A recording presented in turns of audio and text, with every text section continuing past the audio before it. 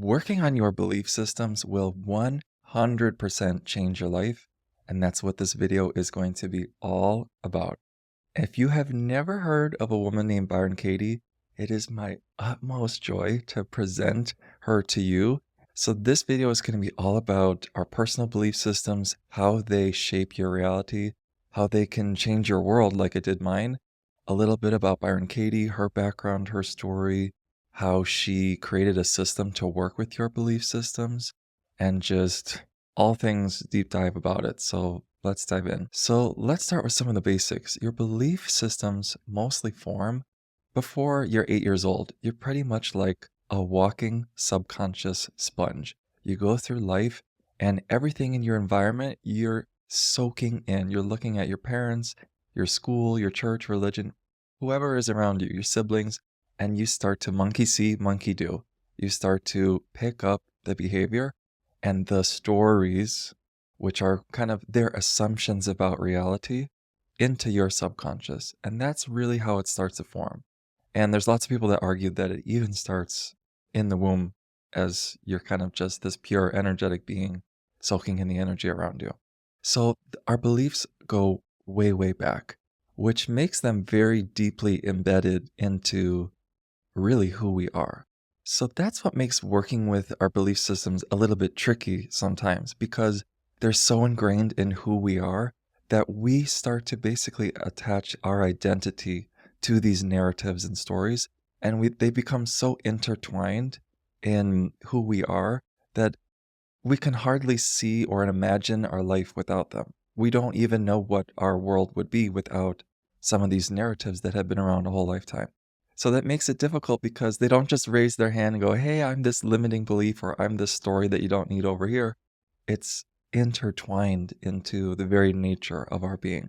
But in the work of Byron Katie, she gives a very simple breakdown of how to spot them in our everyday life without having to do like a meditation practice or anything fancy. So we're going to get into that in a minute. So Byron Katie is this incredible woman. And I always say that if I had a patron saint, it would be this woman, Byron Katie. I don't even know what that means, to be perfectly honest. I don't even know what a patron saint is. But if I had one, it would be her. You remember those bracelets people used to wear that would say, what would Jesus do? Like, that's what I go through life thinking. What would Byron Katie do? And honest to God, there's like a before I was introduced to her work and after very clear delineation in my mind. And it really just created an entirely new paradigm that I live from now every single day. And it's a lot of work. It takes consistency and upkeep and a lot of checking yourself, but it will create huge waves in your reality. So, a little bit of a background about her is that she was a fairly normal person. She grew up in California.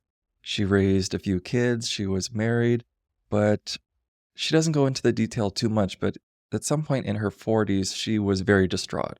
She had significant material success, but her personal inner world was chaos. She was in an extremely depressive state, so much so that she checked herself into a halfway house, even though she didn't really have substance dependency issues. It was kind of the only place that would take her. And she would sleep in the attic because none of the other women wanted to be around her. And she slept on the floor because she felt that she didn't deserve to sleep on a bed. That is how low her self-worth was. She would rather have slept on the floor. That's the state she was in, to paint a picture. And for whatever reason, somehow, some way, one day she's laying on the floor, a cockroach crawls on her leg, she sees it, and I can't explain this part, but she has an instant full awakening experience. I mean like Buddha level awakening. And I actually think that she's a walk-in soul, but that's a story for another time. A walk-in is when like your soul swaps for another, when you kind of reach the end of a rope. Story for another time. So in this moment, she has a full awakening. And what I mean by that is she merged her consciousness with all of the world, with all of creation. She had full awareness. She had no stories. She had no past. She had no future. She had no identity. She just was. She was pure consciousness, pure love, pure gratitude, pure awareness, which means that it stripped all of the stories, all of the narratives from her mind. It was like she had a blank slate. Not that she was no one, although she argues that she kind of did become no one. It's, yeah, very Taoist. You become nothing and thus you become everything. That was kind of the state of her awareness. So much so that leaving that room, those following days, they'd say, Katie, like, meet me at the grocery store in 5 minutes. And she'd go, what the hell is 5 minutes? Like, I have no concept that I'm in this reality right here. You're telling me there's a grocery store? There's a reality outside of here? What's 5 minutes? All I have is now. Like, she lives in full acceptance of what is. That's why her book is called Loving What Is. Because her idea is that you can argue with reality, but you will lose. And you will lose only 100% of the time. And she realized that we spend so much time and energy trying to control the world and things around us to provide something from inside of us. And how she flips things is you could love things as they are, and she has a process of getting there and releasing the stories, and you could just be. You could be much more present in the current reality. You might not like what's going on. You might not condone the things happening around you, but you can have more presence and love. And when you're in that state without the story of a past or a future, you're much more grounded and present and a witness to what's really going on. She gives this example of she was on a walk with someone like deep in the desert. She would go on these long walks, kind of just aimlessly. And I guess there was someone with her, and he ended up having a heart attack. And they were hours from any, like a road or cell service. They had nothing. And he started to freak out. And he said, and she was just in full presence, loving what is, because she didn't have the story of he's not going to make it, or oh my God, I should be freaking out, or I should be doing more. She didn't have any of those stories. She was loving him as he was. And he looked up and said, aren't you going to do anything? And she goes, no, because not because she wanted to be cruel, but because she didn't have all of these stressful thoughts and stories infiltrating her mind. The reality was there was no help around. They were in the middle of the desert. And her freaking out and panicking, is that going to help him? If she's flustered and trying to call with no service, none of that's available. So the most practical and realistic thing she could do was be in full presence with this person. Give him her full attention. If there was service, she would have called. If there was help around, she would have done it, but those weren't available. So without all the stories of, oh, we shouldn't have gone out to the desert this far, how stupid of us, we should have had a backup plan. She didn't have any of those because that's not what's happening. And in that moment, it actually made him laugh because he saw how right she was. And then his heart attack passed and they continued on their walk. And it kind of showed an example of what can happen when you don't let the stressful thoughts take over and you're just with reality. Because when you're in presence, you can actually hear divinity a lot more clearly. God can speak to you. You have more spaciousness on the inside to actually receive what the best thing to do right now is, instead of coulda, woulda, shoulda. Other extreme examples of this are she had someone pull a gun on her one time and claimed that he was going to kill her. And I think it was for maybe like a gang initiation. Sometimes they have to, kill someone to get in. And she just looked at him and she said, I understand. Because she didn't have the story that life was better than death. Because she's already connected to her eternal essence. So whether this form carries on or it doesn't, they are equal to her. Everything is equal. It's an even playing field. Nothing is greater or less than her. She was losing her eyesight to this disease called Fuchs dystrophy for a while. And she said, I finally get to learn what blind people know. I love my eyes when I have sight, and I love my eyes just as much when they can't see. They are the same to me. I have no opinion, no judgment, no desire. Basically, what she's saying is all of the things that we look for from our outer reality, we can source from inside of us. And she lives in such a, extreme example. She lives like this 100% of the time. Like she's in full presence, full awareness, storyless. She's gone days without food and she put her hand in a blender and cut her finger and didn't scream because she didn't have the story that her blood shouldn't have been coming out or that she shouldn't have put her hand in the thing. She doesn't have any of that. So she just lives however life flows through her.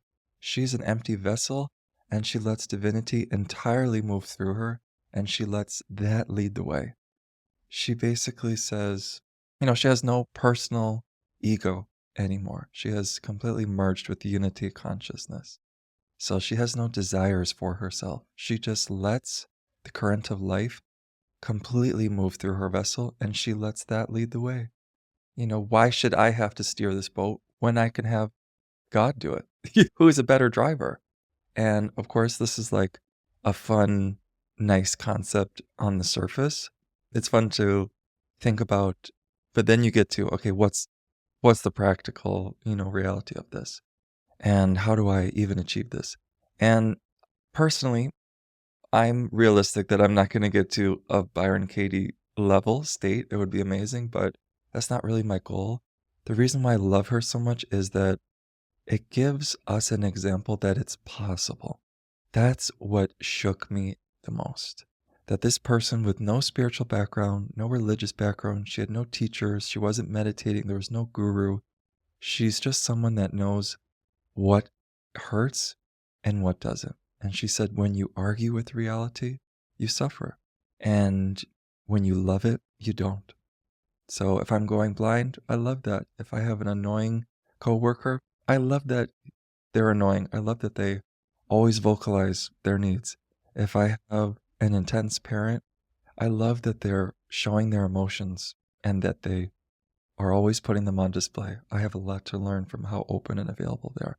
Like there's always, you don't have to accept and allow yourself to just be a doormat. But what she gets you to think about is, okay, this is the reality. And I see this a lot in my work with people in relationships. A lot of us, when we're dating or when we have friendships or relationships, we have a version of that person in our heads and then the reality of who they are. And when those two don't match, when I feel like, oh, I've got the potential of this person or who I think they should be or where I know that they could get to, and when they don't show up to be that person that I want them to be in my mind, then I'm disappointed. But that's only because I created the projection of this story about them and then put it on them. And then I suffer the consequences of my own projecting story.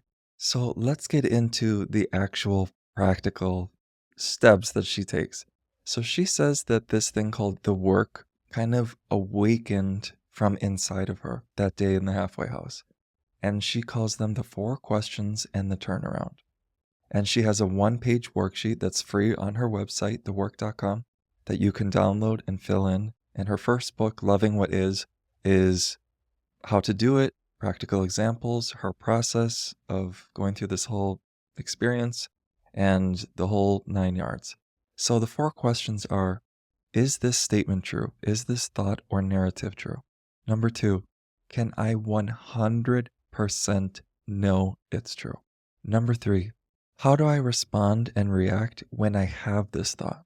And number 4, who would I be without this thought? And she says you don't have to try and drop a thought because that's impossible. But when you contemplate on these questions, when you invite the negative or stressful thought in for consideration and contemplation with these questions, the thought feels seen and understood, and the thought leaves you. Kind of think of it like canceling a wave.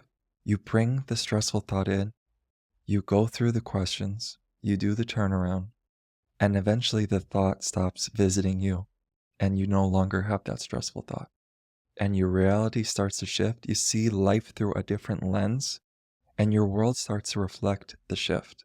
It's kind of like, let's say you're in a place, let's say you're on vacation or you're in a place that you don't really vibe with that much. You're in a house or something, but something really wonderful, amazing happens. Your best friend calls, or you fall in love, or you get a job opportunity. You're seeing through new eyes. It's like, oh, but my best friend's visiting. We're going to have an amazing time. Or, oh, I'm starting to connect with someone, or there's this great opportunity. The reality around you, this place, this landscape environment didn't shift so much, but you did. And so you start interacting with it in a very different way. That's kind of what happens when you start working with your belief systems. So let me give you a couple examples. Right now, my dad has a particular prostate cancer, and I've heard myself have the thought he shouldn't have cancer. So let me go through. That's the stressful thought that comes to my mind. I feel like for whatever reason, in my mind, he shouldn't have cancer. And her other core teaching is that there is my business, there is your business, and there is God's business. Anytime I'm out of my business, I suffer. Doesn't mean we can't support others or show up. It just means that when we start to veer off outside of the place that we can actually control and do something about, that's when we get in trouble and we start to get into control and manipulation, all these roads that we don't need to be on.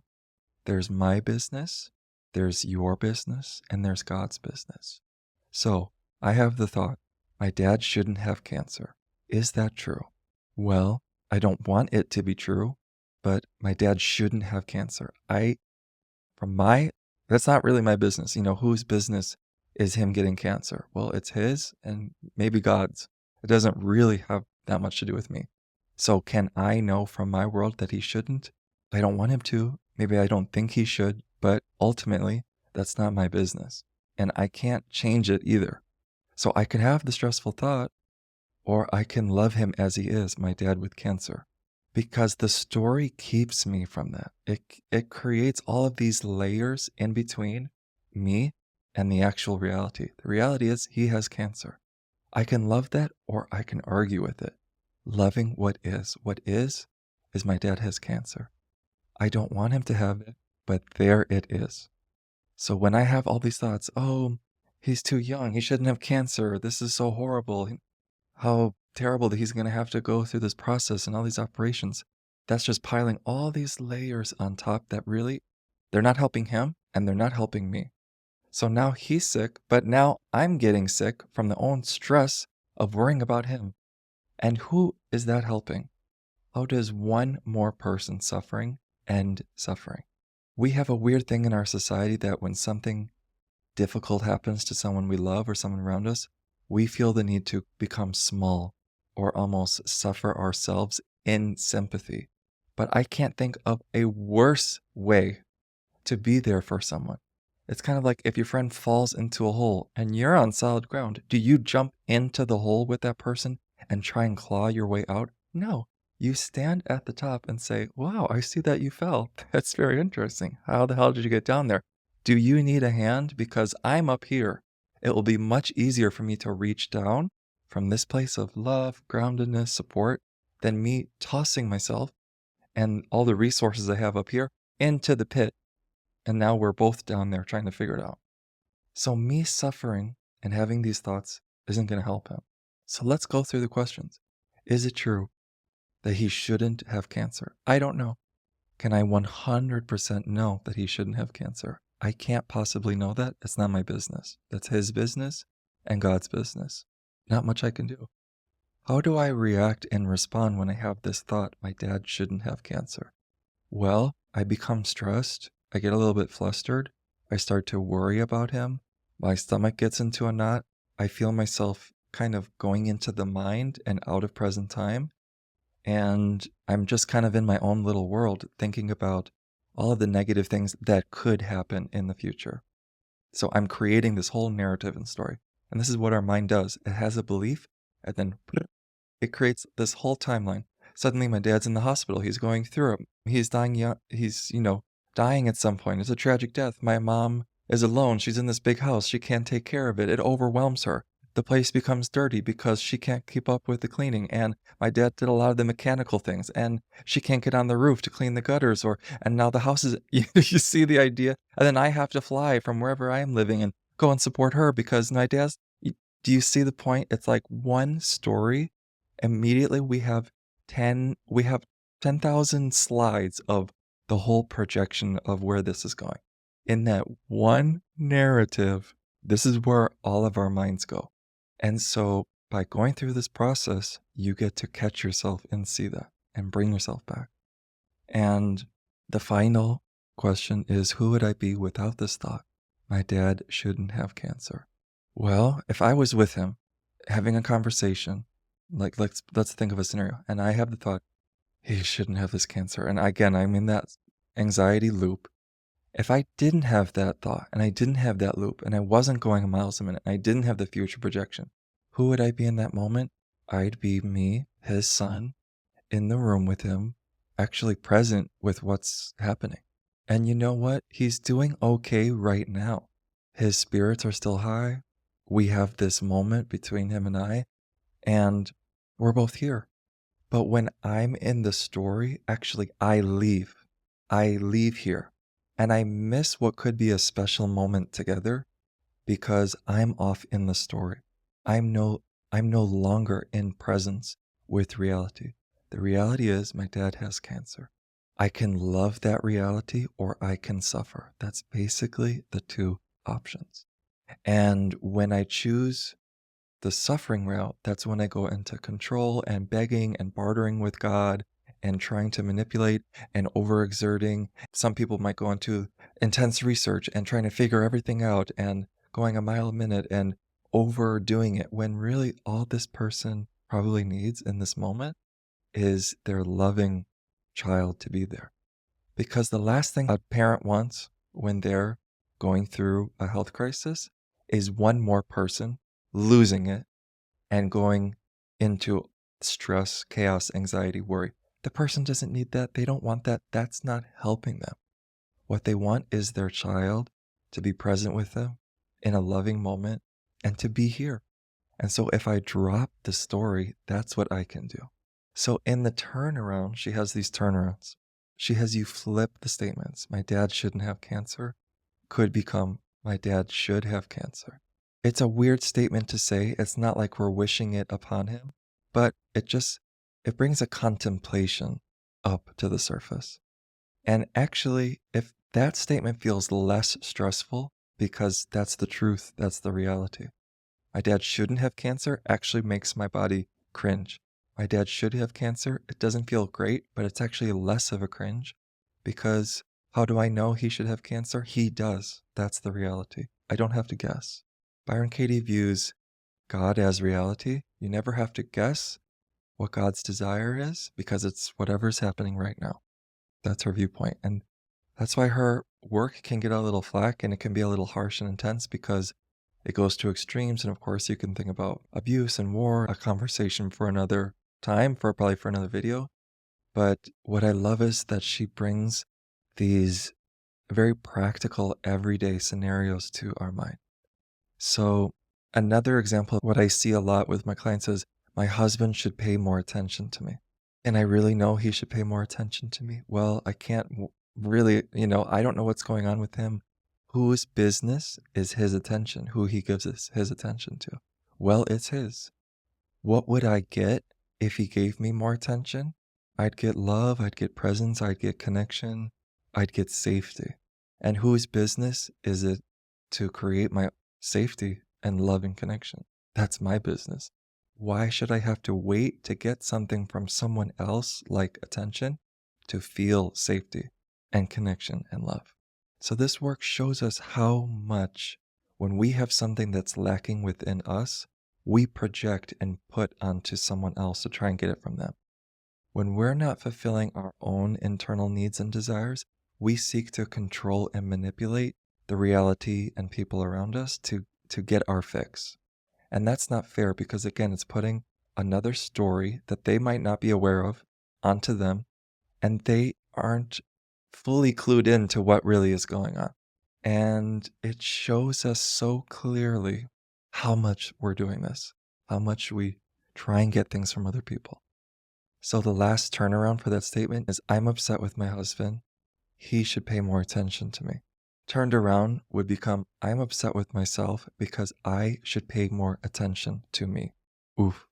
Yeah, that is more true. That's more real and honest.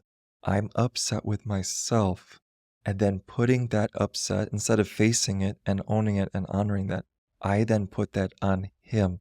I project that story onto him. Because if I was paying attention to myself, I could give myself the love, the presence, and connection I'm looking for truly from the one that matters the most, me. And then my husband can do whatever he wants. He can pay attention to me or not because my cup is full. I'm not waiting on him to provide that for me. You might still enjoy the presence, connection, and love, but you're no longer twisting a situation to manipulate someone to get it for yourself. That's the difference. Another turnaround in that statement could be something like, I'm upset with myself because I should pay more attention to him. And that's an interesting one to think about because we're often so much in our own world. We think, I want attention, or I want love, I want you to pay attention to me, I want you to do more things with me. But it's a good moment to stop and pause and think, how much am I offering that to him? And you might be doing that a lot. I'm not saying that that's not happening. She's just making you stop and think. You're asking something from someone else.